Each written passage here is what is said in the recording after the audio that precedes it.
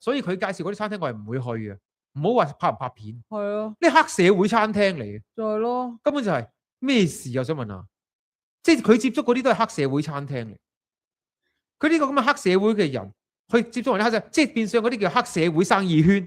嗯，頭先有個朋友喺IG 嗰度獨立 message 咗，嗯，佢就話係啊，其實咧啲黑社會啊同埋生意佬啊黑嗰班啊，其實都有滲透唔同嘅行業嘅，咁即係佢哋會咁樣搞係唔出奇嘅咁樣。嗯，係本地人 message 我咁樣講嘅，嗯我話俾你聽，嗯即係我想知道你哋去黑，你哋承認唔緊要，但係你哋黑唔係可以黑到要揞住所有人把口去講乜嘢都要講你哋中意聽嘅嘢。嗯，依家黑社會遮天啊！依家呢度嗯係咪先啫？所以我哋咪要出嚟講咯，係即係唔係話你講兩句我就驚咗你咯。喂，大佬，第一我哋亦都冇講過邊間餐廳好食而唔好食。係啊，依家人哋已經係黑社會隻手遮天到點啊？你有少少佢唔中意聽，佢就咧大動干戈，牽動民族情緒去倒歌你。